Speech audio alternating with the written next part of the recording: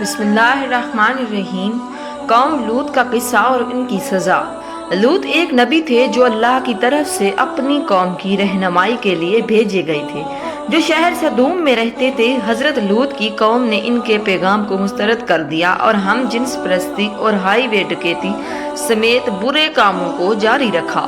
ایک دن 3 فرشتے مہمانوں کے بیس میں لوگوں کی مہمان نوازی کا امتحان لینے کے لیے حضرت لوط علیہ السلام کے پاس گئے۔ لوط کی قوم نے فرشتوں سے چھیڑ چھاڑ کرنے کی کوشش کی، یہ نہ جانتے ہوئے کہ وہ خدائی مخلوق ہیں۔ لوط نے فرشتوں کی حفاظت کی اور اپنی قوم کو ان کے اعمال کے نتائج سے خبردار کیا۔ لوط کے انتباہ کے باوجود لوگ اللہ کی نافرمانی کرتے رہے۔ اس کے نتیجے میں اللہ نے ان پر عذاب نازل کیا، آسمان تاریک ہو گیا اور ایک زوردار آواز سنائی دی۔ لوط علیہ السلام کی قوم اپنے اوپر گندھک اور آگ کی بارش کو دیکھ کر حیران رہ گئی۔ یہ عذاب اتنا شدید تھا کہ اس نے پورا شہر بشمول لوگوں، ان کے گھر اور ان کی فصلیں تباہ کر دی۔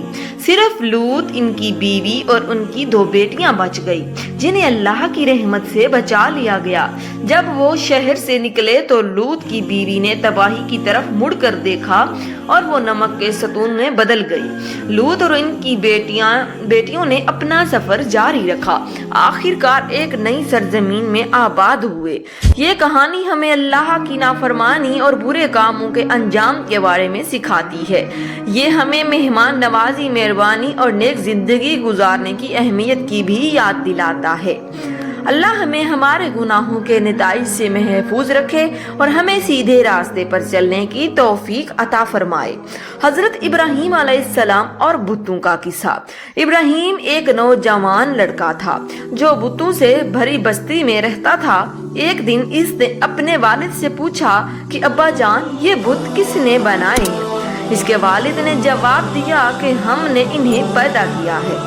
ابراہیم علیہ السلام نے پوچھا کہ پھر تم ان کو پیدا کرنے والے کے بجائے ان کی عبادت کیوں کرتے ہو؟ اس کے بعد کے پاس کوئی جواب نہیں تھا۔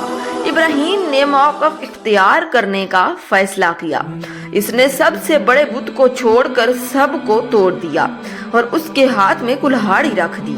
جب لوگ واپس آئے تو پوچھا یہ کس نے کیا؟ ابراہیم نے بڑے بت کی طرف اشارہ کیا اور کہا اس سے پوچھو، اس نے ایسا کیا ہوگا۔ لوگوں نے اپنی حماقت کو بھانپ لیا اور ان کی بت پرستی پر سوال اٹھانے لگے۔ ابراہیم نے اعلان کیا، میں صرف ایک خدا کی عبادت کرتا ہوں جو کائنات کا خالق ہے۔ ابراہیم کے اس بہادرانہ عمل نے ان کی نبوت کے آغاز اور توحید خدا کی وحدانیت کے پیغام کو پھیلانے کے ان کے مشن کی نشاندہی کی۔ اللہ ہمیں ابراہیم علیہ السلام کی طرح حق کے لیے کھڑے ہونے کی ہمت عطا فرمائے۔ مزید ایسی ویڈیو دیکھنے کے لیے چینل کو سبسکرائب ضرور کر دیں۔ شکریہ۔